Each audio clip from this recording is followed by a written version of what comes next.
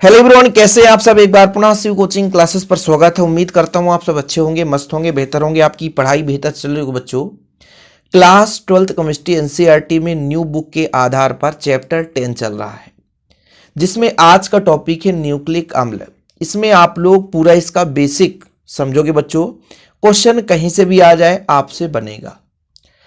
Nucleic अम्ल किसे कहते हैं, इनके प्रकार के बारे में, ये किस प्रकार से बना होता है, उसका पूरा बेसिक स्ट्रक्चर, जैसे मान लीजिए uracil, thymine, cytosine, ribose, deoxyribose, तो किन किन चीजों से मिलकर बना होता है, पूरा कंप्लीट यहां पर आपको समझाने वाला हूं। तो थोड़ा सा समय लगेगा। जिन बच्चों को वास्तविक रूप से कुछ सीखना है तो लास्ट तक जरूर देखें, अन्यथा बच्चों आप लोगों को समझ में नहीं आएगा। सबसे पहले बात करते हैं न्यूक्लिक अम्ल है क्या। जीवित कोशिकाओं में पाया जाने वाला एक कार्बनिक यौगिक है। ठीक है, न्यूक्लिक अम्ल है क्या, जीवित कोशिकाओं में, जैसे हमारे अंदर न्यूक्लिक अम्ल पाया जाता है, जीव जंतुओं के अंदर न्यूक्लिक अम्ल पाया जाएगा, जैसे गाय है, भैंस है, बिल्ली है, बंदर है, इन सब में न्यूक्लिक अम्ल पाया जाता है। और हमारे अंदर भी न्यूक्लिक अम्ल पाया जाता है। इस न्यूक्लिक अम्ल का मुख्य रूप से कार्य क्या होता है, आनुवांशिक गुणों को स्थानांतरित करना। जैसे हमारे आने वाली पीढ़ी में हमारे ही रूप के आनुवांशिक आधार पर बच्चे पैदा होना, या कि मान लीजिए देखते हैं कि जो गाय सफेद रंग की है उसके बच्चे भी सफेद रंग के होते हैं। कोई व्यक्ति गोरा है तो उसका लड़का भी गोरा होगा। तो ये सब आनुवांशिक गुणों के कारण होता है, और इन गुणों को स्थानांतरण करने का मुख्य रूप से कार्य होता है न्यूक्लिक अम्ल का। मुख्य रूप से कार्य आनुवांशिक गुणों को स्थानांतरित करना, मुख्य रूप से यही कार्य होता है। तो डीएनए, आरएनए आप लोग पढ़ोगे इसके आगे, तो ये सब न्यूक्लिक अम्ल के ही भाग हैं बच्चों। आपके सिलेबस में न्यूक्लिक अम्ल के दो प्रकार हैं, जो कि डीएनए डीऑक्सीराइबोज न्यूक्लिक अम्ल, और एक आरएनए है जिसे राइबोज न्यूक्लिक अम्ल की बात करते हैं। पूरा कंप्लीट आपको तैयार करवाऊंगा बेसिक से लास्ट तक, इसलिए बच्चों भले एक लेक्चर में हो या दो लेक्चर में, तो आप लोगों को लास्ट तक देखना भी पड़ेगा। आप सोचोगे कि अब बस हमारा न्यूक्लिक अम्ल कंप्लीट, ऐसा नहीं है। न्यूक्लिक अम्ल एक जटिल कार्बनिक यौगिक है, और जटिल है मतलब इसका पढ़ाई भी जटिल है। तो चलिए बने रहिए, फटाफट शुरू करते हैं। न्यूक्लिक अम्ल के बारे में तो आप लोगों ने एकदम मोटे मोटे तौर पर बेसिक चीज के बारे में बात करें तो समझ गए कि एक प्रकार से यौगिक है जो किससे मिलकर बना होता है, कार्बन, हाइड्रोजन, ऑक्सीजन, नाइट्रोजन और फास्फोरस। ये 5 तत्व हैं मुख्य रूप से। सबसे ज्यादा नाइट्रोजन होता है, ठीक है, उसके बाद फास्फोरस, बाकी और सब कुछ तो रहते ही रहते हैं। तो न्यूक्लिक अम्ल एक जटिल कार्बनिक यौगिक है जो carbon, hydrogen, oxygen, nitrogen, phosphorus से मिलकर बना होता है, और नाभिक में ही पाया जाता है, जीवित कोशिकाओं के केंद्रक में पाया जाता है। न्यूक्लिक क्यों पड़ा, क्योंकि बच्चों ये न्यूक्लियस में ही पाया जाता है, केंद्रक में ही पाया जाता है, इसलिए इस प्रकार के एसिड को हम न्यूक्लिक अम्ल या न्यूक्लिक एसिड के नाम से जानते हैं। ठीक है, कोई दिक्कत तो नहीं बच्चों। न्यूक्लिक अम्ल जो है प्रोटीन के समान ही ये बृहद अणु वाला होता है, मतलब एक लंबा अणु बनेगा, कई सारे यहां पर संगठक आपस में जुड़ेंगे, यानी घटक जो जुड़ेंगे, जैसे हम अभी बात कर रहे थे यूरेसिल, फास्फेट समूह, ठीक है, राइबोज समूह, ये जब जुड़ते हैं तो एक लंबी चेन बनाते हैं बच्चों। तो जीवित कोशिकाओं में पाया जाने वाला जटिल कार्बनिक यौगिक होता है जो कार्बन, हाइड्रोजन, ऑक्सीजन, नाइट्रोजन और फास्फोरस से बना होता है। ठीक है, ये केंद्रक में पाया जाता है, इसलिए इसे हम न्यूक्लिक अम्ल के नाम से जानते हैं। और जैसा कि मैं आप लोगों को यह भी बता चुका हूं कि इसका मुख्य कार्य जो होता है वो जेनेटिक गुणों को स्थानांतरित करना, हमारे आने वाले पीढ़ी में हमारे गुणों को स्थानांतरित करना। जैसे हम पढ़ने में यदि होशियार हैं तो कुछ गुण हमारे आने वाले पीढ़ी में चला जाए। हम किस रंग के, हमारा स्वभाव क्या, हमारे अंदर चिड़चिड़ापन है, हमारा बाल कैसा है, ये सारा गुण हमारे आने वाले पीढ़ी में चला जाए, ये आनुवांशिक गुण कहलाता है, ये जेनेटिक गुण कहलाता है। आप खुद देखना, आपके ही आसपास या आपके घर में, मान लीजिए आपके पापा जी लंबे हैं, हो सकता है आप भी लंबे हो, आपकी मम्मी मान लीजिए लंबी है तो बहन भी लंबी हो, आप भी लंबे, तो कुछ गुण जो है बच्चों में आ जाता है, ये जेनेटिक गुण होता है। यही है न्यूक्लिक अम्ल का कार्य। न्यूक्लिक अम्ल की परिभाषा यदि लिखनी है बच्चों, तो यहां पर थोड़ा सा आप लोग लिखिएगा कि ये कार्बन, हाइड्रोजन, ऑक्सीजन, नाइट्रोजन व फास्फोरस युक्त जटिल कार्बनिक यौगिक है जो कोशिकाओं के केंद्रक में पाया जाता है, इसलिए इसे न्यूक्लिक अम्ल कहा जाता है। न्यूक्लियस में पाया जाता है, इसलिए न्यूक्लिक अम्ल कहते हैं। ये प्रोटीनों के समान ही बृहद अणु होते हैं बच्चों, ठीक है। न्यूक्लिक अम्ल के पुनरावृत्ति से न्यूक्लियोसाइड बनता है। क्या बनता है? न्यूक्लियोसाइड। आगे हम बात करेंगे। अब ये जो न्यूक्लियोसाइड है वो मुख्य रूप से 3 घटकों से मिलकर बना होता है। एक तो आपका फास्फेट समूह, दूसरा पेंटोज समूह या शर्करा, और तीसरा आपका होता है बच्चों वेस, क्षारीय समूह। हम डिटेल में चर्चा करेंगे। फिलहाल अभी आप लोग थोड़ा सा यहाँ पर देख लीजिए कि न्यूक्लिक अम्ल यह जीवित कोशिकाओं के केंद्रक में पाया जाता है। इसे फास्फोरस की मात्रा अधिक होती है। न्यूक्लिक अम्ल पॉली न्यूक्लियोटाइड होते हैं जो अनेक न्यूक्लियोटाइड की इकाइयों के मिलने से बनते हैं। मतलब न्यूक्लियोटाइड के इकाई आपस में जुड़ जाएंगे कि लंबी श्रृंखला बना लेती हैं। साथ में इस परिभाषा को आप लोग लिख सकते हैं, ठीक है। यहां तक क्लियर बच्चों? क्योंकि एक एक पॉइंट लेकर चलेंगे, पूरा आपको बेस से लेकर के, है ना, जहां तक एग्जाम में आएगा वो चीज हम क्लियर करते चलेंगे। एक एक एग्जाम्पल समझाएंगे, लेकिन स्ट्रक्चर अच्छे तरीके से समझाकर चलूंगा। क्योंकि जो भी हमारा न्यूक्लियोसाइड होता है बच्चों, है ना, मतलब ये जो न्यूक्लिक अम्ल हैं, इनके मुख्य रूप से 3 घटक होता है। एक तो फास्फेट समूह, दूसरा पेंटोज समूह यानी राइबोज और डीऑक्सी राइबोज, और तीसरा है बेस। मतलब एक आपका फास्फेट समूह, इसके 3 भाग। 3 भाग में कौन कौन सा भाग? पहला जो भाग होता है बच्चों वो फास्फेट समूह का होता है। कौन सा समूह? फास्फेट। दूसरा जो आपका शर्करा, कौन सा भाग? शर्करा। और जो तीसरा भाग होता है बच्चों वो क्षारीय है। मतलब कोई भी आपका ये जो न्यूक्लियोसाइड का निर्माण होता है ये 3 भागों से मिलकर बना होता है। यानी जो न्यूक्लिक अम्ल बनेगा, डीएनए, आरएनए, ये सब बनेंगे, तो उसके 3 भाग होंगे। एक तो फास्फेट समूह, एक शर्करा और एक क्षारीय। अब जैसे आपको लगेगा कि सर फास्फेट में क्या है, फास्फेट क्या है, मैं एक एक पॉइंट लेकर चलता हूं ताकि आपको समझ में आए। फास्फेट का होता है PO4 2 निगेटिव। PO4 2 निगेटिव, ये क्या बच्चों? फास्फेट है। क्या है? फास्फेट है।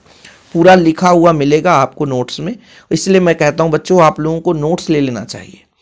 PO4 निगेटिव को कैसा लिख सकता हूं? 4 ऑक्सीजन है, फास्फोरस है, 4 ऑक्सीजन, 1 2 3 और ये आपका 4 ऑक्सीजन। अब जैसे यहां पर मैं यदि बात करूं कि मान लीजिए द्विबंध बना के रखा है, तो फिर इस पे भाई निगेटिव आयन तो आएगा। तो यहां पर आपका लगभग 3 निगेटिव होता है बच्चों। तो यहां पर थोड़ा सा आप लोग सुधार करना, 3 निगेटिव होता है। फास्फेट के पास 3 निगेटिव आयन होता है, ठीक है। तो मतलब कहीं ना कहीं ये निगेटिव आयन है, अर्थात ये किसी के साथ बंध बनाएंगे, किसी पॉजिटिव के साथ ये बंध बनाएगा। तो ये आपका पहला जो भाग है वो फास्फेट है, फास्फेट आयन। यानी जो भी हमारा न्यूक्लिक अम्ल होगा वो 3 भागों से मिलकर बना होगा। एक तो आपका फास्फेट आयन, दूसरा शर्करा और तीसरा क्षारीय। हम तीनों को एक एक क्रम से चलेंगे बच्चों लेकर के। फिलहाल अभी फास्फेट आयन समझो, ठीक है। फास्फेट आयन सब में रहेगा।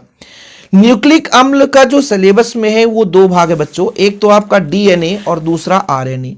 पहला जो भाग है वो डीएनए और जो दूसरा भाग है बच्चों वो आरएनए। ये 2 भाग हैं आपके सिलेबस में। डीएनए और आरएनए में क्या अंतर है, इसका अंतर भी आगे चलकर मैं समझाऊंगा। डीएनए को हम कहते हैं डीऑक्सी राइबोज न्यूक्लिक अम्ल। क्या बोलते हैं बच्चों? डीऑक्सी राइबोज न्यूक्लिक अम्ल, ठीक है। डीऑक्सी राइबोज न्यूक्लिक अम्ल मतलब जो शर्करा समूह है वो यहां पर देखिए राइबोज है, और यहां पर केवल और केवल राइबोज न्यूक्लिक अम्ल। मतलब इनमें क्या डिफरेंस है? यहां पर डीऑक्सी राइबोज है और यहां पर राइबोज है। शर्करा में डीएनए का डीऑक्सी राइबोज न्यूक्लिक अम्ल, ये भी न्यूक्लिक अम्ल है, ये भी न्यूक्लिक अम्ल है, लेकिन इसमें बच्चों जुड़ा है डीऑक्सी राइबोज और इसमें राइबोज, ठीक है। तो मैंने आपको अभी ये समझा रहा था कि न्यूक्लिक अम्ल के 3 प्रमुख भाग होते हैं। एक तो पहला जो आपका फास्फेट भाग, जिसे फास्फेट समूह PO4 3 निगेटिव। दूसरा आपका शर्करा, शर्करा में एक आपका होगा डीऑक्सी राइबोज शर्करा और एक राइबोज शर्करा, और तीसरा आपका क्षारीय। तो पहला नंबर आपका क्लियर। अब दूसरे नंबर पर हमारा बात चलेगा बच्चों जिसे हम बोलते हैं शर्करा भाग। ठीक है, कौन सा भाग? शर्करा। तो यहां पर न्यूक्लिक अम्ल 3 घटकों से मिलकर एक फास्फेट समूह, दूसरा आपका शर्करा, पेंटोज शर्करा वो भी रहेगा, फिर आपका बेस रहेगा। तो हम यहां पर चर्चा कर लेते हैं शर्करा के लिए। ठीक है, एक एक क्रम से चलते हैं, तभी तो चीजें क्लियर होगी। अब हम सोचेंगे यदि एक लाइन में कर दें तो ऐसा नहीं होगा बच्चों। पेंटोज मतलब एक प्रकार से 5 कार्बन का समूह बनाएगा। जैसे बच्चों इसको कैसे हम यहां पर आपको बता दें, पहले हम बता देते हैं राइबोज का। ठीक है, राइबोज का स्ट्रक्चर, और ये बाद में भी आपको यूज करना है, इसलिए यहां पर आपको सीखना भी है कैसे बनाना। बच्चों ध्यान दीजिएगा, ये आप यहां पर ऑक्सीजन ले लो और 5 कार्बन का भाई रहेगा, तो 5 कार्बन तो रहेगा ही रहेगा। फिलहाल अभी 1 कार्बन यहां करो, 1 कार्बन यहां करो। ठीक, यहां तक क्लियर है। फिर बच्चों इस कार्बन के साथ 1 कार्बन यहां पर जोड़ दो, 1 कार्बन ये, और इसके साथ ये बंध बना दो। राइबोज और डीऑक्सी राइबोज दोनों लेकर चलते हैं ताकि आपको समझ में भी आ जाए। यहां पर लेकर चलते हैं डीऑक्सी राइबोज, डीऑक्सी राइबोज। दोनों को जब साथ में लेकर चलेंगे बच्चों तो दिक्कत नहीं होगी ना। यहां भी आप ले लो पहले ऑक्सीजन, यहां ऑक्सीजन तो ले ही सकते हो, बाकी यहां आपका कार्बन, यहां पर कार्बन, सेम प्रोसेस, कोई दिक्कत तो नहीं है। इसके साथ 1 कार्बन यहां पे जोड़ दो, इसके साथ 1 कार्बन यहां पे जोड़ दो, और ये रहेगा। अब देखो बच्चों, जो लास्ट वाला कार्बन है इसके साथ एक CH2OH जुड़ा रहता है, CH2OH। यहां भी आपका CH2OH जुड़ा है, वही चीज है ना, CH2OH। यहां तक कोई दिक्कत तो नहीं है। चलें आगे, यहां पे आपका OH है तो यहां पर H है। ऐसे ही बच्चों यहां पर यदि OH है तो इसके साथ H जुड़ा है। आगे चले। अब बच्चों यहां पर थोड़ा सा देखिएगा, इस कार्बन की वैलेंसी 2 होगी, इस कार्बन की भी वैलेंसी यहां पे 2, क्योंकि 2 बंदा ऑलरेडी, इधर से 2 2 जुड़ जाएगा। यहां पे यदि आपका H है तो यहां पे OH है, यहां पे यदि H है तो यहां पर आपका OH है। लेकिन यहां पे मेन चीज है, यहां पे मेन चीज ध्यान दीजिएगा, HOH, लेकिन यहां पर H और नीचे भी H। ये मेन है राइबोज की संरचना, ये है डीऑक्सी राइबोज की संरचना, ये 2 हमारे पास पेंटोज शर्करा है। इन्हीं के आधार पर एक बनता है राइबोज न्यूक्लिक अम्ल, और जब ये जुड़ जाता है तो डीऑक्सी राइबोज न्यूक्लिक अम्ल। अभी हम तो 3 चीजों के बारे में बात कर रहे थे। एक तो फास्फेट, फास्फेट में आपने देखा फास्फोरस, ऑक्सीजन द्विबंध के साथ single bond, single bond, single bond, 1 negative 1 negative 1 negative. ये फास्फेट आयन है, PO4 3 नेगेटिव। ये फास्फेट था। और ये बच्चों ये हमारा पेंटोज शर्करा है। एक तो पेंटोज राइबोज शर्करा हो गया और एक पेंटोज डीऑक्सी राइबोज शर्करा। जब ये राइबोज जुड़ेगा तो बनेगा RNA। जब आपका ये डीऑक्सी राइबोज जुड़ेगा तो डीऑक्सी राइबोज से DNA बन जाएगा। राइबोज शर्करा से RNA, ribose nucleic acid, deoxy ribose nucleic acid से डीऑक्सी राइबोज बन जाएगा। ठीक है, कोई दिक्कत तो नहीं बच्चों। जब ये जुड़ेगा तो आपका DNA, और जब ये जुड़ेगा तो आपका RNA बनेगा। 2 चीज क्लियर हुआ, एक तो फास्फेट समूह आपको समझा दिया गया, दूसरा पेंटोज राइबोज शर्करा या डीऑक्सी राइबोज शर्करा।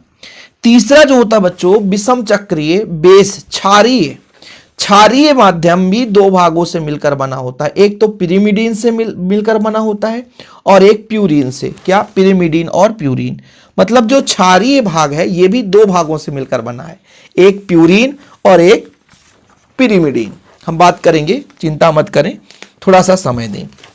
देखिए ये जो तीसरे नंबर की हम बात कर रहे थे कि कोई भी न्यूक्लिक अम्ल जो होता है वो क्षार से बना रहता है बच्चों। क्या? क्षार से। अब ये क्षार के भी 2 ग्रुप हैं, 2 ग्रुप हैं।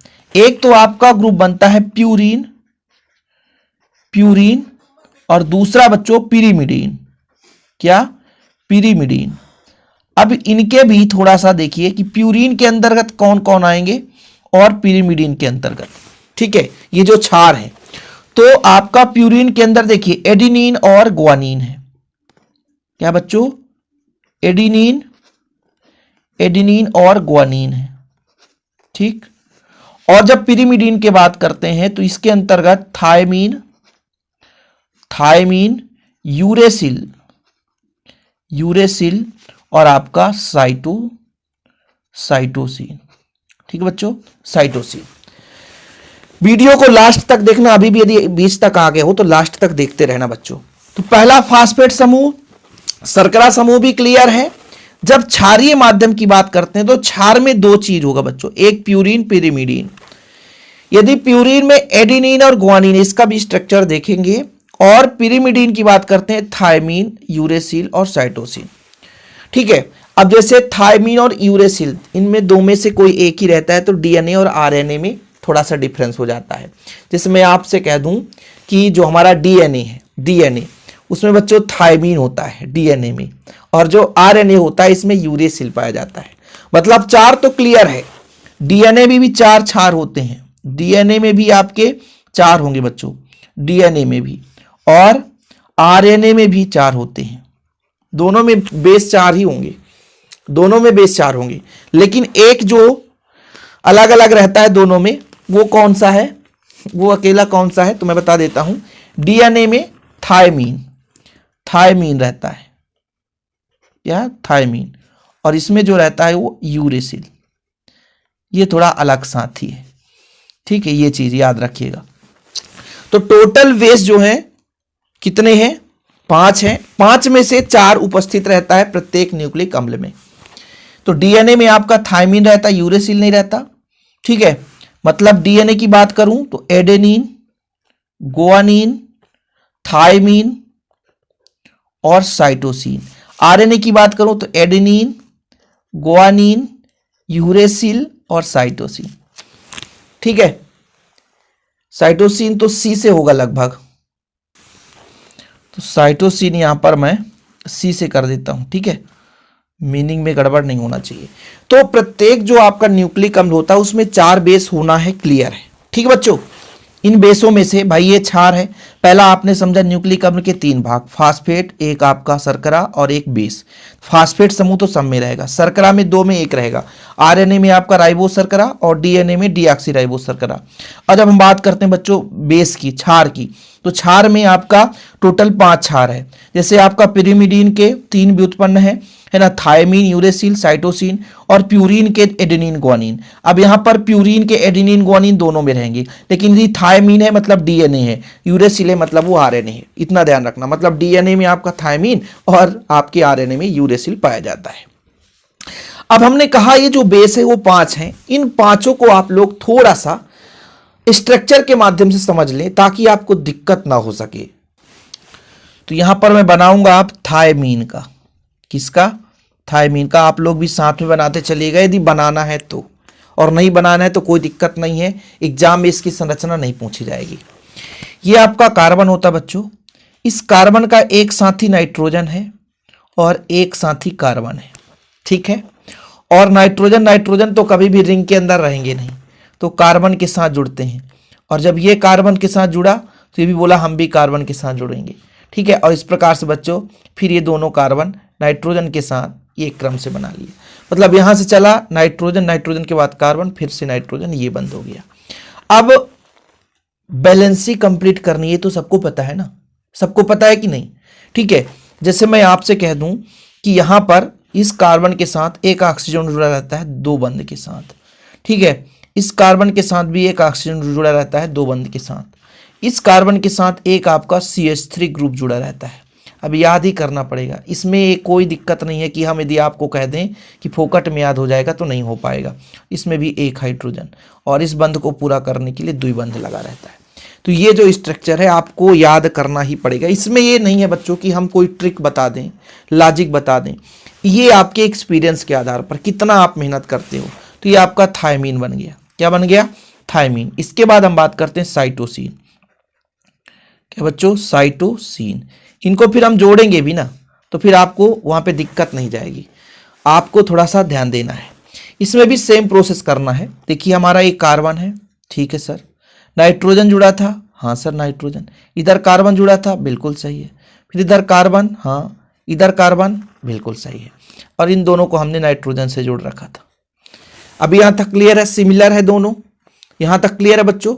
जोड़ने का क्रम, यहां पे ऑक्सीजन जोड़ा था हमने, यहां भी जोड़ दिया, यहां पे हाइड्रोजन जोड़ा था, यहां भी जोड़ दिया, यहाँ पे 3 बंध है, एक कमी है तो हाइड्रोजन जोड़ दिया यहाँ पे, तो ये भी जुड़ गया। यहाँ पे बंध लगा था, ठीक है, ये भी बंद हो गया।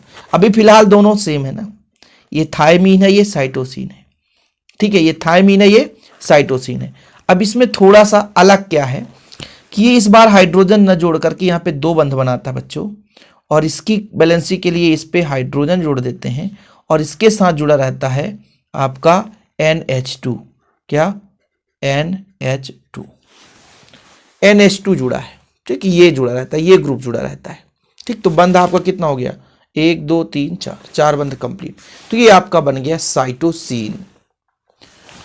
और इसी के साथ आप जोड़ दो यूरेसिल। यूरेसिल भी बना देता हूं यहां पे थोड़ा।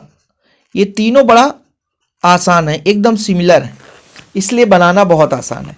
जैसा कि अभी आप लोगों ने देखा कि ये कार्बन लिए थे सर, नाइट्रोजन लिए थे, इधर कार्बन लिए थे, ठीक है, यहां भी कार्बन, यहां भी कार्बन, फिर इन दोनों को नाइट्रोजन के साथ जोड़े थे। यहां पे द्विबंध के साथ ऑक्सीजन, यहां भी जोड़ दो, यहां द्विबंध के साथ ऑक्सीजन, यहां भी जोड़ दो, यहां पे H जोड़ा था हमने, यहां भी जोड़ दो, यहां पे हाइड्रोजन जोड़ा था, यहां भी जोड़ दो, यहां पे द्विबंध था, यहां भी जोड़ दो, इसको हाइड्रोजन दे दो, और यहाँ पे जो CH3 था इसके जगह केवल H जोड़ दो, तो ये आपका यूरेसिल बन जाता है। तो संरचना भी कठिन नहीं, एक एक क्रम से यदि आप करोगे, एक एक क्रम से, तो कोई दिक्कत नहीं है, सब सही है, सब बन जाएगा। भाई बैलेंसी देख ली, अगर नाइट्रोजन की 3 बंध बनाने की क्षमता होती, कार्बन के पास 4 बंध बनाने की क्षमता होती है। तो फिलहाल अभी इसकी संरचना आपने देखी, वो कौन सी बच्चों? थायमीन, यूरेसिल, साइटोसिन, मतलब पिरिमिडीन से जो हमने बनाई, ये 3 चीज तो आपने क्लियर सीख लिया होगा। तो ये जो तीनों संरचना आपने देखा वो पिरिमिडीन का था बच्चों। अब थोड़ा सा हम देख लेते हैं प्यूरीन का, क्योंकि प्यूरीन का 2 है, एक एडेनिन और दूसरा ग्वानिन। आपने पिरिमिडीन के तीनों व्युत्पन्न थायमीन, यूरेसिल, साइटोसिन देख लिया। अब इसके बाद अपन देखेंगे बच्चों एडेनिन और ग्वानिन। दोनों बिल्कुल सिमिलर हैं, इसलिए साथ बनाते चलूंगा, आप लोग भी बनाते चलिएगा। जैसा कि अभी इसके पहले मैंने यहां पे कार्बन लिया था ना बच्चों, कार्बन, ठीक है सर, यहां भी कार्बन ले लो, ठीक है, कार्बन ले लिया ना। इसके बाद हमने नाइट्रोजन लिया था और इधर कार्बन लिया था, सिमिलर प्रोसेस है, नाइट्रोजन लिया और कार्बन ले लिया, कोई दिक्कत तो नहीं है। नाइट्रोजन के बाद ये कार्बन से ही जुड़ेगा और ये भी कार्बन से जुड़ेगा, और फिर इसके साथ कार्बन जुड़ गया था, बिल्कुल सही है। ये भी कार्बन के साथ जुड़ा था, ये भी कार्बन के साथ जुड़ा था, फिर दोनों के दोनों नाइट्रोजन के साथ जुड़ गए थे। कुछ इस प्रकार से सिमिलर हमें वही चीज देखने को मिल रहा है जो भी इसके पहले हमने बताया। अब इसके आगे देखिएगा, अब इसको थोड़ा सा आप लोग बंद बनाने की कोशिश, दोनों सेम करेंगे बच्चों। इसके आगे जो जुड़ता है वो जुड़ता है नाइट्रोजन, ठीक है, ये नाइट्रोजन जुड़ जाता है बच्चों, और इसके साथ जुड़ता है कार्बन, ठीक है, और इसके साथ सीधा नाइट्रोजन जुड़ता है, और ये कुछ इस प्रकार से बंध बनाता है। ऐसे सिमिलर यहां भी नाइट्रोजन जुड़ता है, फिर इसके साथ जुड़ता है कार्बन, इसके साथ डायरेक्ट नाइट्रोजन जुड़ता है, और ये इसके साथ बंध बना लेता है। यहां पे बैलेंसी बनाने के लिए हाइड्रोजन, ये भी 3 बंध बनाता है, तो हाइड्रोजन, तो यहां भी एक हाइड्रोजन जुड़ेगा, यहां भी हाइड्रोजन जुड़ेगा। जो याद करने वाली बात यह है बच्चों कि यदि हम इसमें NH2 जोड़ते हैं तो यहां पर यह ऑक्सीजन जुड़ता है, और इन दोनों के डिफरेंस के कारण इसे हम बोलते हैं एडिनिन, क्या बोलते हैं? एडिनिन, और इसे बोलते हैं ग्वानिन। बाकी अभी कहानी खत्म नहीं हुआ है, ध्यान रखिएगा। यदि इसमें बेस का ग्रुप आपका NH2 नहीं है, इसमें तो है, इसमें नहीं है, तो कहीं ना कहीं इसमें भी बेस जुड़ा रहेगा, तो यहां पे NH2 जुड़ता है, ठीक है। और ऑक्सीजन, ऑक्सीजन इसमें शीर्ष भाग में है, ये ग्वानिन है बच्चों। यहां पे आपका NH2 जुड़ गया। यहां पे आपका नाइट्रोजन था, यहां भी आपका नाइट्रोजन ही होना चाहिए, सिमिलर है ना, सबका सब सेम, जैसे carbon nitrogen, carbon nitrogen, carbon carbon, तो यहां भी carbon nitrogen, carbon nitrogen, carbon carbon. अब बच्चों यहां पे इसकी बैलेंसी देखो कितनी है, 1 2 3, तो यदि बंद बना दे तो 4, तो इस प्रकार से यहां भी 4। इस नाइट्रोजन की बैलेंसी कितनी है, 3 होनी चाहिए, तो 1 2 3, तो यहां भी आपका 3, खत्म कहानी, ठीक। इस नाइट्रोजन की देखो 1 2, एक बंद बना दो 3, यहां भी 3। अब बचा बेचारा कौन, ये कार्बन। कार्बन क्यों बचा? क्योंकि इसकी वैलेंसी 4 होनी चाहिए। 1 2 3 ये 4, इस तरीके से। यहां तो कंप्लीट ही है यार, यहां तो कंप्लीट ही है। ठीक, तो ये बन गया आपका एडेनिन, जिसको ए से रिप्रेजेंट करते हैं, ग्वानिन जिसे जी से रिप्रेजेंट करते हैं। तो एडेनिन और ग्वानिन का आपका क्या बन चुका है? क्षारीय ग्रुप। स्ट्रक्चर आपने देख लिया। पहले आपने देखा थायमिन, साइटोसिन, यूरेसिल, ये आपका एडेनिन ग्वानिन। आप लोगों को बना लेना है, सीख लेना है, ताकि आपको एक एक जब समझाऊं कि फास्फेट समूह के साथ थायमिन जोड़ दिया, यूरेसिल जोड़ दिया, तो फिर आपको प्रॉब्लम नहीं होनी चाहिए। फिलहाल क्लियर बच्चों? आप लोगों ने इतना अभी समझा है कि न्यूक्लियोसाइड 3 रासायनिक घटकों का बना होता है। मतलब जो भी न्यूक्लिक अम्ल है, फास्फेट समूह, BO4 3 नेगेटिव, शर्करा में राइबोज और डीऑक्सी राइबोज शर्करा, उसका भी स्ट्रक्चर बताया।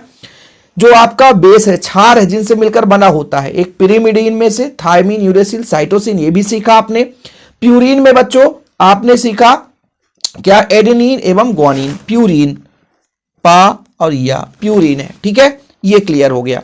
जैसा कि आपको बताया कि न्यूक्लिक अम्ल 2 प्रकार के होते हैं। पहला आपका डीएनए, डीऑक्सी राइबोज न्यूक्लिक अम्ल, इसमें थायमिन पाया जाता है और डीऑक्सी राइबोज शर्करा। आरएनए में राइबो न्यूक्लिक अम्ल, मतलब राइबोज शर्करा और यूरेसिल पाया जाता है बच्चों। ये चीज आपको ध्यान रखना है। 3 चीजों से मिलकर बना होता है। एक तो पहला जो डीएनए के घटक होगा तो डीऑक्सी राइबोज, फास्फोरिक अम्ल का अणु PO4, नाइट्रोजनी बेस, वो 2 प्रकार से होते हैं। पिरिमिडीन में से साइटोसिन, थायमिन मैंने बताया था, और जो आपका प्यूरिन बेस होता है बच्चों, प्यूरिन है, ध्यान रखिएगा यहां पे, प्यूरिन बेस में एडेनिन और ग्वानिन। यूरेसिल इसमें नहीं पाया जाता। ठीक है, चीजें क्लियर है। डीएनए डीऑक्सी राइबोज न्यूक्लिक अम्ल, डीऑक्सी राइबोज पेंटोज शर्करा पाया जाएगा। इसमें बच्चों आपका फास्फोरिक जो अम्ल होगा वो PO4 3 नेगेटिव रहेगा। जो बेस है बच्चों डीएनए में वो 4 रहेंगे, cytosine, adenine, guanine, thymine, uracil नहीं रहेगा। जब आरएनए की बात करेंगे तो इसमें नाइट्रोजनी बेस 4 रहेंगे, एडेनिन, थायमिन, थायमिन की जगह यूरेसिल, तो एडेनिन, ग्वानिन, साइटोसिन और यूरेसिल। ठीक है, तो आरएनए की घटक देख लो, राइबोज तथा नाइट्रोजनी बेस में से, ये तो आपका शर्करा हो गया बच्चों, नाइट्रोजनी बेस में से एडेनिन, ग्वानिन, थायमिन की जगह यूरेसिल। डीएनए में आपका थायमिन पाया जाता है, जबकि आरएनए में आपका यूरेसिल पाया जाता है और साइटोसिन। ओके, थायमिन अनुपस्थित रहता है। जब अब आपको अंतर प्रोवाइड कराएंगे डीएनए आरएनए में तो वो चीज क्लियर होगा। वैसे भी यहां पर आपको 2 अंतर तो क्लियर ही हो गया होगा कि डीएनए में डीएनए का पूरा नाम है डीऑक्सी राइबोज न्यूक्लिक अम्ल और आरएनए का पूरा नाम है राइबोज न्यूक्लिक अम्ल। डीएनए में बच्चों आपका जो थायमिन है वो पाया जाता है, जबकि आरएनए में थायमिन की जगह यूरेसिल पाया जाता है। इसलिए तो कहता हूं जो डिटेल से पढ़ता है उसको ना तो ऑब्जेक्टिव तैयार करना पड़ता है अलग से, ना तो अंतर तैयार करना पड़ता, सब कुछ उसी में चलते रहता है। अधिकांश बच्चे कहते सर ऑब्जेक्टिव कहां से आएगा, ऑब्जेक्टिव कहां से आएगा? जो टॉपिक पढ़ाया जाता है उसी के बीच में से ऑब्जेक्टिव आ जाता है। इसलिए आप लोग प्लीज अच्छे तरीके से तैयार कर लिया करें। बाकी नाइट्रोजनी बेस का स्ट्रक्चर आप लोगों को क्लियर होगा बच्चों, कोई दिक्कत तो नहीं है, तो आप लोग प्लीज बना लेना। यदि आपसे नहीं बन रहा है तो थायमिन का, साइटोसिन, यूरेसिल, स्क्रीनशॉट के लिए समय दे रहा हूं। इसके बाद आपका दोनों एडेनिन और ग्वानिन। ओके, यहां तक क्लियर है? आगे चलें। अब बच्चों जैसा कि आप लोग नोट्स लेते हैं तो ये रचनाएं आपको नोट्स में भी दिया जाता है। देखिए पूरा सिस्टमेटिक रहता है। जो बच्चे नोट्स लिए हैं उनको पता है सारा कुछ, ये नोट्स का ही मैं यहाँ पे प्रोवाइड कर रहा हूँ। क्योंकि कुछ बच्चे कह देते हैं कि सर आप नोट्स में दूसरा पढ़ाते हो, यहाँ दूसरा है। ऐसा नहीं है, जो नोट्स में दिया जाता है वही चीज़। अब भाई समझाना तो पड़ेगा अलग से लिख करके, तो ये नोट्स का है बच्चों। बाकी ये चीज़ आपको राइबोज और डीऑक्सी राइबोज ये भी मैंने आपको समझाया था। यहाँ पे HH है, यहाँ पर HOH, यही डिफरेंस है दोनों में। देखिए यहाँ पर HH, यहाँ पे HOH, OH की जगह H जुड़ा है तो 2D दूसरे नंबर पे आपका डीऑक्सी राइबोज है। अब बात करते हैं बच्चों न्यूक्लियोसाइड की, कि न्यूक्लियोसाइड का निर्माण कैसे होता है। जैसे अभी आपने पढ़ा कि भाई साहब जो हमारा न्यूक्लिक अम्ल है वो 3 चीज़ों से मिलकर बना होता है। एक तो आपका होता है फास्फेट समूह, एक आपका होता है नाइट्रोजनी बेस और तीसरा होता है पेंटोज। तो जब नाइट्रोजनी बेस, नाइट्रोजनी क्षारक जिसे बोलेंगे, नाइट्रोजनी क्षारक को, कोई भी क्षारक ले सकते हैं हम, नाइट्रोजनी क्षारक को हम किसके साथ जोड़ दें? पेंटोज शर्करा के साथ। किसी पेंटोज शर्करा को ले सकते हैं हम, चाहे राइबोज चाहे डीऑक्सीराइबोज, ये दोनों चीज आप देख रहे हैं। तो पेंटोज शर्करा के साथ जब हम नाइट्रोजनी क्षारक जोड़ देते हैं बच्चों, तो हमें मिलता है न्यूक्लियोसाइड। कोई भी न्यूक्लियोसाइड आप एग्जाम्पल यहां पर दे सकते हैं, इसमें कोई दिक्कत नहीं है, आपकी जो इच्छा हो वो आप यहां पर दे सकते हैं। जैसे यहां पर मैं बना रहा हूं, देखिएगा थोड़ा सा लंबा चौड़ा रहेगा बच्चों। नाइट्रोजनी क्षारक पेंटोज शर्करा का पहचान क्या है? ऑक्सीजन के साथ, ये देखिए 5 कार्बन वाला। अब यहां पर कार्बन लिखूंगा नहीं बच्चों, आप लोग समझ लेना, ठीक, ये ठीक। इसको मैं यदि राइबोज कहूंगा तो भाई साहब आप जानते हैं कि इसके साथ CH2OH रहता है, इसके साथ CH2OH, इस कार्बन के साथ H, और यहां भी OH रहता है और यहां भी OH रहता है। ये OH ये बताता है कि ये राइबोज है। अब इसके साथ कोई नाइट्रोजनी बेस जुड़ जाए, नाइट्रोजनी बेस जैसे यहां पर मैंने कहा N है और ये 2 कार्बन से जुड़ा होगा। अब ये जो कार्बन है वो आपके किसी N से जुड़ गया, जैसे मैं थायमीन ही जोड़ देता हूं, तो थायमीन यहां पे राइबोज के साथ जुड़ता है क्या? डीऑक्सीराइबोज के साथ थायमीन जुड़ता है, तो मैं यूरेसिल जोड़ता हूं बच्चों। यूरेसिल तो जोड़ सकता हूं ना।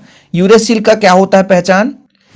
यूरेसिल जो होता है, यहां पे आपका एक नाइट्रोजन है, एक नाइट्रोजन यहां भी होता है यूरेसिल में, ठीक है, याद रखिएगा। बाकी ये कार्बन, कार्बन के लिए हमें कुछ भी नहीं करना है, द्विबंध के साथ यहाँ पे ऑक्सीजन जुड़ा रहता है, और यूरेसिल में 2 बंध के साथ यहाँ भी ऑक्सीजन जुड़ा रहता है बच्चों, और यहाँ पे आपका H जुड़ जाएगा। बाकी कार्बन के साथ आप कुछ भी नहीं दर्शाओगे तो भी चल जाएगा। यहाँ पर आपका कार्बन है, यहाँ पे कार्बन है, तो ये आपका बन गया एक क्या? न्यूक्लियोसाइड। मतलब राइबोज से मिलकर, ये राइबोज है बच्चों, क्या है? राइबोज है, ठीक, राइबोज है, और ये हमारा यूरेसिल, तो कहीं ना कहीं, ठीक है, राइबोज है और ये यूरेसिल, ये मिलकर के क्या बनाया? न्यूक्लियोसाइड। तो जब नाइट्रोजनी क्षारक, ये नाइट्रोजनी क्षारक है, चाहो तो आप यहाँ पर हाइड्रोजन दे सकते हो, यहाँ पर 2 बंध रहता है, यहाँ पर आपका हाइड्रोजन रहता है, और इस कार्बन की वैलेंसी के लिए यहाँ भी हाइड्रोजन रहता है। यूरेसिल का यही पहचान है, और यहाँ पे बंध। तो कहीं ना कहीं जब राइबोज को हमने यूरेसिल से मिलाया, मतलब पेंटोज शर्करा को हमने किससे मिला दिया? नाइट्रोजनी क्षारक से। जब नाइट्रोजनी क्षारक से मिलाया बच्चों, तो आपका यूरेसिल बन गया। अब ये हुआ क्या कि यहाँ पे था H और इसमें था OH, तो जब ये आपस में क्रिया कर लिए तो यहां से बच्चों माइनस का H2O बाहर निकल गया। केमिस्ट्री है ना, इसलिए मैं समझा रहा हूं, नहीं बोलो सर कहां से आ गया भाई। यहां पे रहता है HOH, तो OH निकला, इसके H से क्रिया करके H2O बाहर कर दिया। जब भी नाइट्रोजनी क्षारक और पेंटोज जो आपका शर्करा है मिलेगा तो न्यूक्लियोसाइड बनाएगा बच्चों, ये न्यूक्लियोसाइड हो गया, और साथ में पानी का अणु निकाल देगा। मैंने कहा ना थोड़ा सा टाइम लगेगा, इतना आसान नहीं है बच्चों समझने के लिए, इसलिए थोड़ा थोड़ा समय दीजिएगा ताकि आपको क्लियर समझा सकूं। यहां तक सबको कोई प्रॉब्लम तो नहीं है, और प्रॉब्लम हो भी सकती है, क्योंकि यदि आप लोग बेसिक से नहीं समझ रहे हैं पूरा तो फिर प्रॉब्लम से ही प्रॉब्लम है। अब इसी न्यूक्लियोसाइड को हम जोड़ दें यदि फास्फेट के साथ बच्चों, न्यूक्लियोसाइड जो हमने प्राप्त किया, न्यूक्लियोसाइड, इसी को न्यूक्लियोसाइड को हम जोड़ दें किसके साथ? फास्फेट के साथ। किसके साथ बच्चों? फास्फेट के साथ। जब फास्फेट के साथ जोड़ेंगे तो ये बनाता है न्यूक्लियोटाइड। क्या बनाता है बच्चों? न्यूक्लियोटाइड बनाता है। अब कहोगे सर ये न्यूक्लियोटाइड कैसे बन गया, कुछ समझ में नहीं आया। न्यूक्लियोटाइड कैसे बन गया? देखो, न्यूक्लियोसाइड और फास्फेट समूह, ठीक, वैसे भी न्यूक्लिक अम्ल 3 चीजों से मिलकर बना, एक फास्फेट, एक पेंटोज, एक नाइट्रोजनी क्षारक। नाइट्रोजनी क्षारक पेंटोज बना तो न्यूक्लियोसाइड बनाया, और न्यूक्लियोसाइड और फास्फेट बन गया तो न्यूक्लियोटाइड बना दिया। न्यूक्लियोटाइड क्या बना बच्चों? न्यूक्लियोटाइड। अब इसको मैं समझाता हूं बारीक से, क्योंकि अभी इसको समझाना आप नहीं, अब इसी में आपको जोड़ना है फास्फेट समूह। बहुत आसान है, जैसे अभी इसके पहले आपने समझा कि हमारे पास सर ऑक्सीजन है, 5 कार्बन का पेंटोज शर्करा बनाना है, तो ये लो भाई 5 कार्बन का हमने बना दिया, ये लो 5 कार्बन का, ठीक है। फिलहाल यहाँ पे हमने कहा कि भाई साहब एक यूरेसिल जोड़ देंगे, और यहाँ पर आपका मान लीजिए CH2OH रहता है, यहाँ OH है ही है, यहाँ भी OH है, कोई दिक्कत नहीं। तो फिलहाल यहां भी H और यहां भी H रहेगा। ठीक, अब होता क्या बच्चों कि यहां पे नाइट्रोजन जुड़ता है। ठीक है, क्लियर है। और ये कार्बन है, कार्बन को लिखने की जरूरत नहीं है, ध्यान रखिएगा कार्बन को मैं नहीं लिख रहा हूं ताकि आप लोगों को समझ में आ सके। यहाँ पे नाइट्रोजन है, फिर से ये आपका कार्बन है। ठीक, ये चीज हो गया। बाकी ये द्विबंध के साथ ऑक्सीजन जुड़ा है यहाँ पे, और यहाँ पे H है, यहाँ पे H है, और यहाँ पे आपका द्विबंध के साथ ऑक्सीजन है, यहाँ पे H है। तो ये अभी जो मिला बच्चों, ये आपका था राइबोज, और अभी ये केवल और केवल है न्यूक्लियोसाइड, और ये आपका क्षार है, कोई भी क्षार है। द्विबंध बनाने के लिए यहाँ पर ये लो भाई साहब बना सकते हो। अब इसमें हमको क्या जोड़ना है, जैसे हमारा ये CH2OH था, तो OH हटता है, OH हटता है, और ऑक्सीजन के साथ यहाँ पे फास्फोरस, ये आपका द्विबंध, ये आपका O नेगेटिव, और ये आपका O नेगेटिव। ठीक, ये चीज बन गया। एक जो फास्फोरस है बच्चों, ऑक्सीजन जो है इसका, इसके साथ बंध बना लिया। तो इस प्रकार से जो पूरा ग्रुप बना, इसे बोलते हैं न्यूक्लियोटाइड। क्या बोलते हैं बच्चों, न्यूक्लियोटाइड। और जब यही न्यूक्लियोटाइड एक लंबी श्रृंखला में जुड़ जाए, यही जो न्यूक्लियोटाइड एक लंबी श्रृंखला में जुड़ जाए बच्चों, तो वो आपका कहला जाता है न्यूक्लिक अम्ल। यही स्ट्रक्चर तो लोग समझा नहीं पाते कि यह है क्या न्यूक्लिक अम्ल। ये न्यूक्लिक अम्ल बन गया बच्चों, यही है न्यूक्लिक अम्ल। मतलब ये पहला है, इसके आगे और एक जुड़ जाए, फिर एक और जुड़ जाए। अब यहां पर आप सोचोगे कि अम्ल होता तो यहां पर आपका OH भी हो सकता है, OH हो सकता है। ठीक है, इस प्रकार से तो परेशान मत होना, कुछ जगह OH एक लिखा मिल जाएगा, कुछ जगह जहां जहां बंद बना लेगा उसके अकॉर्डिंग चलेंगे। ठीक है, कोई दिक्कत तो नहीं, यहां तक क्लियर है। क्योंकि बच्चों इसी को हम आपको समझाएंगे किस प्रकार से संरचना बनाता है। जैसे मैं यहां पे एक बताता हूं, थोड़ा देखिएगा। चूंकि आप सबको पता है कि यहां पे आपका यदि ऑक्सीजन है तो ये पेंटोज शर्करा होता है कुछ इस प्रकार से, ये कुछ इस प्रकार से पेंटोज शर्करा होता है। चीजें क्लियर है। अब इस पेंटोज शर्करा में थोड़ा ये छोटा है बच्चों, इसको थोड़ा सा और बड़ा रूप बताता हूं, तब आपको क्लियर हो पाएगा, नहीं तो फिर दिक्कत ही दिक्कत है। देखिएगा, यहां पे मैं आपको बनाता हूं प्राथमिक संरचना। ये आपका ऑक्सीजन है, पेंटोज शर्करा होता है। ठीक है, पेंटोज शर्करा इसी प्रकार से होता है, ये 5 कार्बन का। ये लो भाई, विधिवत बना दिया। ठीक है बच्चों, इसमें आप सबको पता है कि बेस जुड़ा हुआ है, बेस यानी कोई ना कोई क्षार जुड़ा है, और एक हाइड्रोजन जुड़ा ही रहता है। बाकी यदि यहाँ पे H है, यहाँ भी H है, तो यहाँ पर आपका कोई ना कोई OH समूह जुड़ा रहेगा, जो भी जुड़ा रहे, इससे मतलब नहीं है। ठीक है, यहां तक क्लियर है। और यहां पे बच्चों आपका CH2OH रहता है, CH2OH, तो यहां पे CH2OH को हटा दिया। वो कैसे, मैं आपको बताता हूं। ये बेस बता दिया आपको, यहां पे भटकने की जरूरत नहीं है, बेस है, रहने दो। फिलहाल अभी इतना समझो आप। जैसे यहां पर H ही मैं लिख देता हूं, कोई दिक्कत नहीं। H भी हो सकता है या OH हो सकता है, क्योंकि राइबोज हो सकता है या डीऑक्सी राइबोज, इसलिए मैं H या OH रहेगा। यहां पर तो फिक्स ही रहेगा OH। तो देखिएगा, थोड़ा समझिएगा। यहां पर फास्फोरस का मैं बात करता हूं कि डबल ऑक्सीजन द्विबंध, और ये मैं कहता हूं मान लीजिए OH है, और ये आपका OH है, ये आपका OH। समझने की कोशिश करिएगा आप। ठीक, अब यहां पे जो होता है ये बंध बनाता है इसके साथ, या फास्फेट आयन ऐसा कुछ रहता है द्विबंध के साथ, ऑक्सीजन और नेगेटिव, ऑक्सीजन और नेगेटिव, ऑक्सीजन और नेगेटिव, ये रहते हैं बच्चों। यहां पे जो OH है ना, इसका OH वो इसी के H के साथ क्रिया करता है। जैसे यहां मान लीजिए इस H को उठाया, जब इस H को उठाया तो यहां पर जुड़ गया आपका, क्या जुड़ गया, देखिए ना, H को उठाया, जैसे यहां पे OH था, H को उठाया और क्या बना लिया, आप ही बताओ क्या बनाया, तो वो बनाया आपका पानी और बाहर हो गया। मुद्दे की बात है, समझिएगा भाई। इसमें इसका OH आया और इसके H को उठाया और H2O बना लिया। ठीक है, और फास्फोरस के पास एक ऑक्सीजन ऑलरेडी है द्विबंध के साथ, एक ऑक्सीजन ऑलरेडी है, और एक OH भी ऑलरेडी है। एक OH के साथ तो ये बना लिया, और एक OH के साथ ऊपर वाला जो आएगा वो बनाएगा, एक OH के साथ ऊपर वाला जो आएगा वो बनाएगा, जो कि यहां पे दर्शाता है, जो कि यहां पे दर्शाता है आपका, जो कि यहां पे दर्शाता है। ठीक है, आगे ये बंध बनाता जाएगा। अब ये किस प्रकार से बनाएगा मैं आपको समझा रहा हूं, किस प्रकार से बनाएगा, देखिएगा। ठीक है, कुछ इस प्रकार से चलने दो। बाकी वही पेंटोज शर्करा बना रहे हैं, वही पेंटोज शर्करा बना रहे हैं। इस पर भी एक बेस जुड़ा है, इस पर भी एक बेस जुड़ा है बच्चों, इस पर भी बेस जुड़ा है, यहां पर भी हाइड्रोजन और CH2OH है, CH2OH है, यहां पर भी, यहां पर H होगा, यहां पर आप X कर सकते हैं, जहां X बराबर H या OH। ठीक, बेस जुड़ा है, जैसे मैं कह देता बेस 1 है तो ये बेस 2 है, दूसरा क्षारक भी हो सकता है, कोई तो क्षारक हो सकता है। अब ये क्या होगा, ये अगला स्टेप वही, जैसे मैंने कहा फास्फोरस है, OH है, फास्फोरिक अम्ल में लेकर चलता हूं, OH है, यहां पर OH है, द्विबंध ऑक्सीजन, तो इसके साथ ऑक्सीजन के साथ जुड़ेगा बंध। ठीक, तो ये OH एक रहेगा। एक OH में क्या होता है कि H के साथ यहां से OH जुड़ा रहता है बच्चों, तो ये OH जो है H को उठाता है और H2O बाहर कर देता है।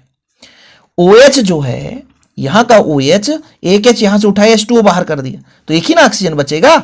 और ये फिर से अगले स्टेप में वही प्रोसेस सेम, वही प्रोसेस सेम, वही प्रोसेस सेम, सेम प्रोसेस।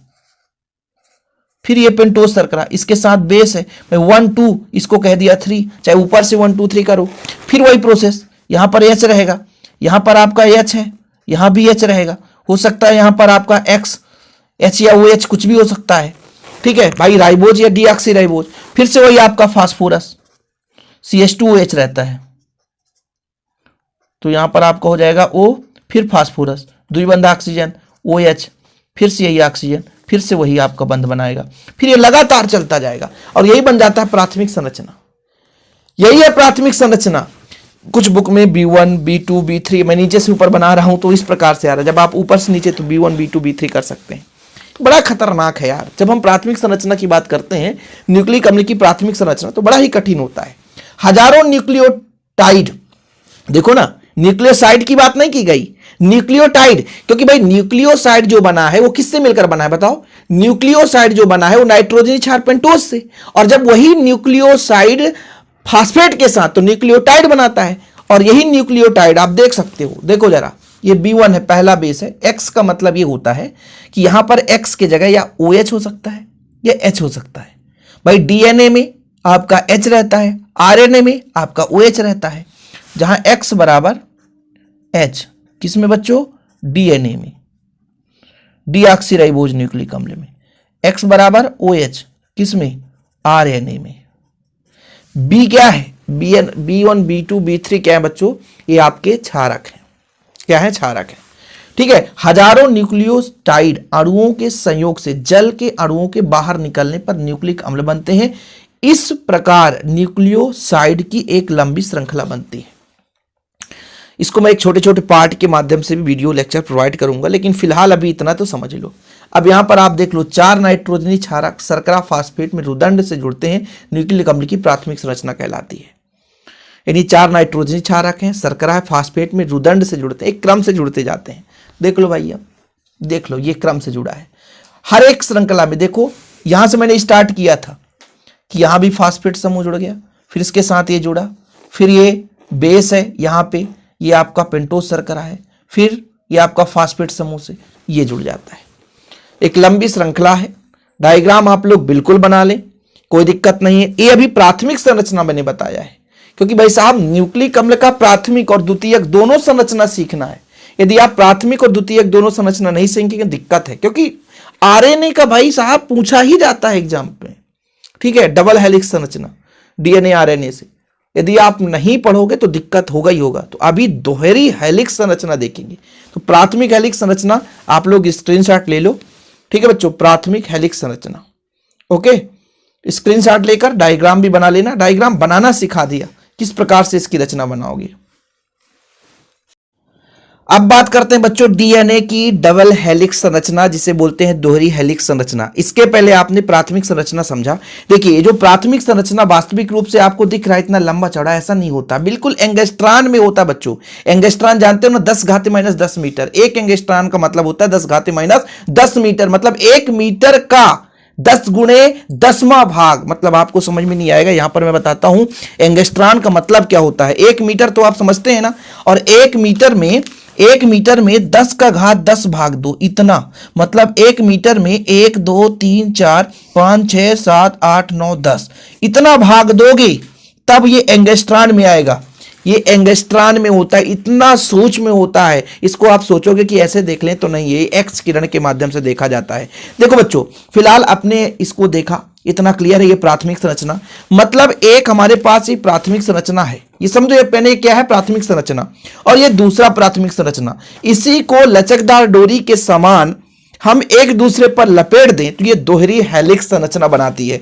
फिलहाल अभी समझो, ये आपका प्राथमिक संरचना है। प्राथमिक संरचना में क्या होता है, कई सारे न्यूक्लियोटाइड, समझने की कोशिश करिएगा। न्यूक्लियोटाइड का निर्माण हमने बताया, कई सारे न्यूक्लियोटाइड जब आपस में मिलते हैं, और जब आपस में मिलते हैं तो पॉली न्यूक्लियोटाइड बनाते। पॉली मतलब दो से कई ज्यादा, है ना भाई। आप लोग मोनो मतलब सिंगल, पॉली मतलब बहुत ज्यादा, समझ लो। तो सब कई सारे न्यूक्लियोटाइड आपस में जुड़ते हैं तो एक प्राथमिक संरचना का निर्माण होता है, वो भी किसके, न्यूक्लिक अम्ल के। अब वही जो प्राथमिक संरचना है, जब ये दोहरी रूप ले ले, मतलब यहां पर देखो, ये पहली प्राथमिक संरचना थी, ये देखो जरा, ये सांप के जैसा लटकदार दिखाई दे रहा बच्चों, दक्षिणावर्त घूमते हुए, तो ये आपका प्राथमिक संरचना है। और इन्हीं प्राथमिक संरचनाओं को जब आपस में क्या कर दिया जाए, तोड़ मड़ोड़ दिया जाए, तो डबल हेलिक्स संरचना का निर्माण करता है। कुल मिलाकर कुछ इस प्रकार से देखिएगा, एक यहां पर प्राथमिक संरचना गई कुछ इस प्रकार से, दूसरी संरचना बच्चों इस प्रकार से, ठीक है, ये लो। तो ये आपका ये पहला संरचना था, ये दूसरा संरचना। तो जब दोनों आपस में क्या हो जाते हैं, मिल जाते हैं, तो डबल हेलिक्स संरचना कहला जाती है। चीजें क्लियर हुई आप लोगों को, ठीक है। कि ये मान लो ये प्राथमिक था कुछ इस प्रकार से, ठीक है, प्राथमिक था बच्चों। अब इसके लिए हमको क्या करना पड़ेगा, द्वितीयक के लिए ये लो भाई साहब, ये प्राथमिक, ये भी प्राथमिक था, ये भी प्राथमिक था। जब दोनों आपस में क्या हो गए, मुड़ करके जुड़ करके आपस में बंध बना लिए, हाइड्रोजन बंध के साथ जुड़ गए भाई, ये आपका प्राथमिक संरचना, ये भी प्राथमिक संरचना, ये आपस में क्या किए, बंध बना करके जुड़ गए, तब ये कहला गए बच्चों क्या, द्वितीयक संरचना, वो भी दोहरी हेलिक्स संरचना, वो डीएनए की संरचना होती है। ठीक है, यहां तक क्लियर है कि ये जो हमारा डीएनए का डबल हेलिक्स संरचना, ये बच्चों दो प्राथमिक, ये हमारा प्राथमिक संरचना था, जो आपका न्यूक्लिक अम्ल था, वो उसके जो प्राथमिक संरचनाएं हैं वो जब आपस में मुड़ते हैं, यानी पॉलीन्यूक्लियोटाइड का जो सूत्र है, ये आपका पॉलीन्यूक्लियोटाइड है, सही है ना। प्राथमिक संरचना ही पॉलीन्यूक्लियोटाइड है, कई सारे जुड़ जाते हैं तो पॉलीन्यूक्लियोटाइड हो गया। तो जब दो पॉलीन्यूक्लियोटाइड विपरीत दिशा में अग्रसित होते हैं, विपरीत दिशा में, एक इधर जा रहा है तो एक इधर जा रहा है, विपरीत दिशा में भाई एक इधर जा रहा है एक इधर जा रहा है, तो विपरीत दिशा में अग्रसित होते हैं और फिर ये दोहरी हेलिक्स का आकार बनाते हैं। अब इसकी थोड़ी से क्रम आपको बता दें कि भाई साहब, आप सबको पता है कि इसमें भी बेस पाया जाता है और इसमें भी बेस पाया जाता है, ठीक है। यदि पहला जो पॉलीन्यूक्लियोटाइड का एडेनिन है वो दूसरे के थायमीन से जुड़ता है, वो भी दो बंध बनाता है, और जो पहले का ग्वानिन है वो दूसरे के साइटोसिन से जुड़ता है, ठीक है बच्चों, और ये बनाता है आपका, ठीक है, त्रिबंध, तीन बंध। फिर से समझने की कोशिश करना, इतना आसान नहीं है समझना और इतना भाई कठिन भी नहीं है। मैं ये कह रहा हूं कि ये प्राथमिक संरचना था, यह भी प्राथमिक संरचना था। कहने का मतलब ये जो डबल हेलिक्स की संरचना निर्माण हो रही है, तो डबल मतलब दो न्यूक्लियोटाइड से मिलकर बन रहा है, और दो न्यूक्लियोटाइड एक दूसरे के विपरीत दिशा में आगे बढ़ते हैं और फिर एक क्या बनाते हैं, दोहरी संरचना, यानी दोहरी आकार की हमें एक आकृति प्राप्त होती है, जिसे हम दोहरी हेलिक्स के नाम से जानते हैं। अब होता क्या है, ये जो प्राथमिक होगा, तो प्राथमिक का यदि एडेनिन है तो द्वितीयक का थायमीन होगा, प्राथमिक का यदि ग्वानिन है तो दूसरे का आपका साइटोसिन होगा, और इस प्रकार से ये जुड़ते जाते हैं बीच में। यहां से ये जो हेलिक्स है ना, इसके और इसके बीच लगभग ये 10 बंध बनता बच्चों, लगभग 10 बंध, समझ रहे ना। ये जो आपका गैप दिख रहा ना, इनके बीच लगभग 10 बंध का निर्माण होता है। तो ये डायग्राम आप लोग यहां पर देखेंगे कि ये जो दोहरी हेलिक्स संरचना दिख रही है, एक इधर से आया बच्चों, देख रहे हैं, और ये एक इधर से आया है, मतलब ये भी आपका प्राथमिक संरचना है, अर्थात पॉलीन्यूक्लियोटाइड की एक लंबी श्रृंखला है, और दूसरी भी पॉलीन्यूक्लियोटाइड जब आपस में एक दूसरे के विपरीत दिशा में चलते हैं तो हमें दोहरी हेलिक्स का आकार प्राप्त हो जाता है। अब इसमें हमने आपको बताया कि जो ग्वानिन है वो साइटोसिन के साथ जुड़ता है, जो एडेनिन है वो थायमीन के साथ जुड़ता है। एडेनिन थायमिन के साथ द्विबंध बनाता है और आपस में हाइड्रोजन बंध का ही निर्माण करेंगे, कि हर एक बेस के पास हाइड्रोजन और ऑक्सीजन रहता है। ठीक है, तो एडेनिन थायमिन के साथ हाइड्रोजन बंध बनाएगा। ठीक है, ये भी आपका हाइड्रोजन बंध का निर्माण करेगा बच्चों। ठीक है, 3 बंध बनाता है, यहां पे द्विबंध बनाता है। अब इनके लिए बात करें, इनके पूरा डिटेल की, कि द्विकुंडलन के बीच, जैसे मान लीजिए यहां से यहां तक की बात करो, चाहे इस बीच से इस बीच की बात करो, तो यदि यहां पर द्विकुंडलन यानी एक बार मुड़ा और यहां पर एक बार मुड़ा, तो द्विकुंडलन के बीच टोटल जो है 34 एंगस्ट्रॉन होता है और 2 बंधों के बीच 3.4 एंगस्ट्रॉन होता है। बहुत ही सिंपल है। जब यहां से यहां तक 10 बंध पाए जाते हैं तो यहां से यहां तक का जो लंबाई है वो 34 एंगस्ट्रॉन है। तो इन 2 बंधों के बीच का जो मतलब एक प्रकार से दूरी है बच्चों, वो 3.4 एंगस्ट्रॉन होता है। यानी कहीं ना कहीं 2 कुंडलन यानी 2 मोड़ के बीच में टोटल 10 हाइड्रोजन बंध निर्माण होता है। पहले एक एडेनिन थायमिन, फिर साइटोसिन ग्वानिन, ऐसे क्रम से होता बच्चों। ऐसा नहीं कि बिल्कुल एक ही क्रम में हो जाए, ऐसा नहीं। कहीं पे साइटोसिन ग्वानिन से, कहीं ग्वानिन साइटोसिन से, कहीं पे एडेनिन थायमिन से, कहीं थायमिन एडेनिन से आपस में बंध बनाते हैं। तो डबल हेलिक्स संरचना में यही होता है कि 2 कुंडलन के बीच यानी 2 जोड़ों के बीच, यहां पर 2 कुंडलन के बीच 34 एंगस्ट्रॉन की दूरी होती है और 2 बंधों के बीच 3.4 एंगस्ट्रॉन की बीच की दूरी होती है। और इसकी व्यास जो है, हेलिक्स जो संरचना, इसकी व्यास लगभग 20 एंगस्ट्रॉन, यानी यहां से यहां तक की जो है बच्चों लंबाई 20 एंगस्ट्रॉन होता है व्यास। ठीक है, और बीच में 10 क्षार जोड़े होते हैं। ये इसकी डबल हेलिक्स संरचना है। यहां पर देख लो, पूरा डिटेल्स लिखने का मैं आपको समय दूंगा, मौका दूंगा बच्चों, लेकिन फिलहाल अभी यहां पर समझ लो। ठीक, अब मैं जैसे आपसे कह रहा था कि इसकी आकार कैसी होती होगी, तो आपका एडेनिन जो कुछ इस प्रकार से होता है बच्चों, एडेनिन का आकार कुछ इस प्रकार से होता है। ये आपके थायमिन से जुड़ता है तो थायमिन का आकार कुछ इस प्रकार से होता है। ठीक, और जो ग्वानिन होता है बच्चों, ग्वानिन का आकार कुछ इस प्रकार से होता है और ये जुड़ता है साइटोसिन से कुछ इस प्रकार से। ये साइटोसिन है, ये ग्वानिन है, ये एडेनिन है और ये आपका थायमिन है। ठीक, क्लियर है। तो एडेनिन और थायमिन के बीच 2 बंध का निर्माण होता है, इसके बीच बच्चों 3 बंध का निर्माण होता है। अब आपके सिलेबस में डीएनए की डबल हेलिक्स संरचना पूछी जाएगी तो आप लोग कैसे लिखोगे? यहां सबसे बड़ी समस्या तो यही होती है ना। जैसा कि बच्चों हम आपको ये बताए कि भाई साहब 2 पॉलीन्यूक्लियोटाइड जो सूत्र होते हैं, एक ये पॉलीन्यूक्लियोटाइड इधर जा रहा है और ये इधर जा रहा है। 2 पॉलीन्यूक्लियोटाइड जो होते हैं वो जब विपरीत दिशाओं में आगे बढ़ते हैं तो दोहरी हेलिक्स का आकार प्राप्त होता है। जैसे बच्चों दोहरी हेलिक्स का आकार प्राप्त होता है। इनके बीच जो क्षार होते हैं, है ना भाई, विपरीत क्षार एक दूसरे के साथ बंध बनाते हैं। डीएनए में लगभग ग्वानिन जो है साइटोसिन के साथ और एडेनिन जो है वो थायमिन के साथ। ग्वानिन जो है बच्चों साइटोसिन के साथ, एडेनिन जो है वो थायमिन के साथ हाइड्रोजन बंध से जुड़ा होता है। क्लियर, इतना समझ में आया? आगे बताओगे कि ये जो डबल हेलिक्स की संरचना है, इसमें 2 कुंडलन की बीच की दूरी, यहां से यहां तक की बीच की दूरी लगभग 34 एंगस्ट्रॉन होता है और वहीं पे 2 बंधों के बीच जो 2 समीपस्थ बंध होंगे, ऐसा नहीं कि एक बंध यहां एक बंध यहां, 2 समीपस्थ बंध, मतलब मैं यहां से कह दूं यहां से 2 समीपस्थ बंधों के बीच में 3.4 एंगस्ट्रॉन होती है और 2 मोड़ों के बीच में जो लगभग कितने क्षार जोड़े होते हैं बच्चों, तो लगभग 10 जोड़े होते हैं। मतलब जो बंध बनता है क्षार यहां पे एडेनिन साइटोसिन का ग्वानिन एडेनिन थायमिन का साइटोसिन का ग्वानिन के साथ, तो ये लगभग 10 जोड़े होते हैं। ठीक है, तो जो भी 2 मोड़ हमारा यहां पर मिलेगा, यानी 2 कुंडलन के बीच लगभग 10 क्षार जोड़े होते हैं और इस हेलिक्स का व्यास लगभग 20 एंगस्ट्रॉन का होता है। इतना आपको लिखना पड़ेगा एग्जाम में। बाकी डीएनए और आरएनए का अंतर आप लोगों को इतना पढ़ाया हूं तो उम्मीद करता हूं क्लियर हो गया होगा। थोड़ा सा बेसिक से आप लोग फिर से समझ लो।